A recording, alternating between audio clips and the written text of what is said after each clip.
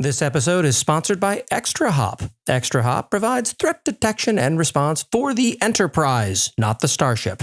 On-prem security doesn't translate well to cloud or multi-cloud environments, and that's not even counting IoT. ExtraHop automatically discovers everything inside the perimeter, including your cloud workloads and IoT devices, detects these threats up to 35% faster, and helps you act immediately. Ask for a free trial of detection and response for AWS today at extrahop.com/trial. Good morning, AWS, and welcome to the AWS Morning Brief. I'm cloud economist Corey Quinn, and this, as I just finished saying, is the AWS Morning Brief. Not too much to talk about in light of last week, so let's just dive in about what AWS has in store for us this time. Amazon Elasticsearch Service now publishes events to Amazon CloudWatch and Amazon EventBridge for service software updates. Meanwhile, Elastic publishes events via press release and court filings. Don't get me started on their license drama again. We've already beaten that one half to death. Amazon Kinesis Video Streams updates media playback API service quotas to enable 10x more simultaneous consumers. Because what is a 10x engineer without a 10x bill to show for it? Once you hit that point, you get to open a ticket to find out what you have to do, so AWS lets you spend even more money than that. Amazon Transcribe supports word-level confidence scores for streaming transcription. Frankly, if I'm judging them on their terrible service names, and I assure you that I very much am, AWS would benefit from a hell of a lot less word-level confidence. Announcing general availability of Amazon Redshift data sharing.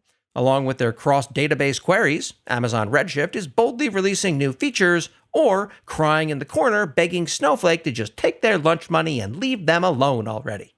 We don't support bullying unless it's bullying a trillion-dollar company, in which case it's just funny. AWS Backup adds support for continuous backup and point-in-time recovery of Amazon RDS instances. I'm a huge fan of enhancements to AWS backups because backups are important, almost as important as restores. On the other hand, wait, you mean that thing wasn't being backed up is a terrifying realization for anyone to have. Hopefully you have it while there's still time to fix it. AWS Lambda adds 4 trusted advisor checks. While these are of course welcome changes, I just want to highlight the inherent hypocrisy in having a service called Trusted Advisor that applies to a service whose inherent use case is screw off. We're not going to fix our own service problems. Do it yourself and then pay us for the privilege. Introducing a new API allowing you to stop in-progress workflows in Amazon Forecast. 90% of AWS features and enhancements come from customer requests, as anyone from AWS will tell you even when you weren't asking in the first place. Now, clearly, the customer request that sparked this feature was, holy hell, how do I stop using this thing immediately? This episode is sponsored in part by Chaos Search. As basically everyone knows, trying to do log analytics at scale with an elk stack is expensive, unstable, time-sucking, demeaning, and just basically all around horrible. So why are you still doing it? Or even thinking about it when there's Chaos Search? Chaos Search is a fully managed, scalable log analysis service that lets you add new workloads in minutes and easily retain weeks, months, or years of data. With Chaos Search, you store, connect, and analyze, and you're done. The data lives and stays within your S3 buckets, which means no managing servers, no data movement, and you can save up to 80% versus running an elk stack the old-fashioned way. It's why companies like Equifax, HubSpot, Klarna, AlertLogic, and many more have all turned to Chaos Search. So if you're tired of your elk stacks falling over before it suffers, or of having your log analytics data retention squeezed by the cost, then try Chaos Search today and tell them I sent you. To learn more, visit chaossearch.io. Get to know the first new AWS heroes of 2021.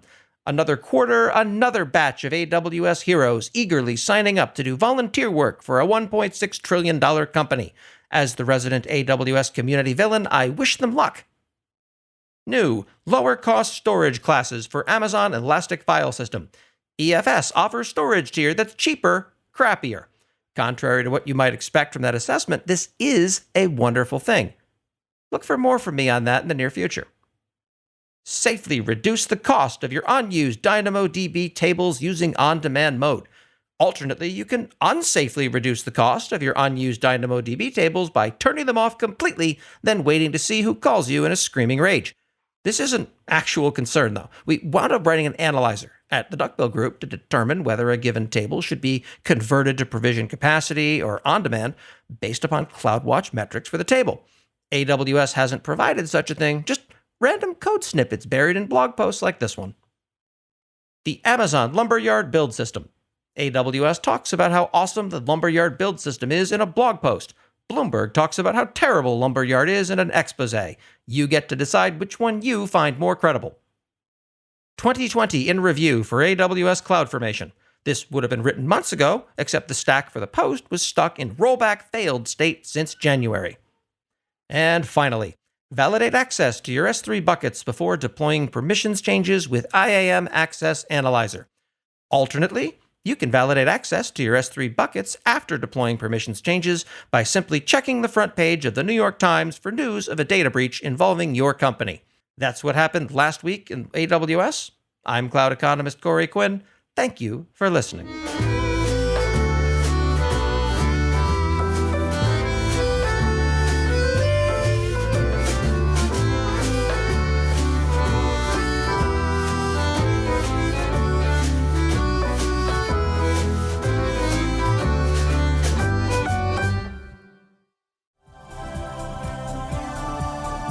This has been a Humble Pod production. Stay humble.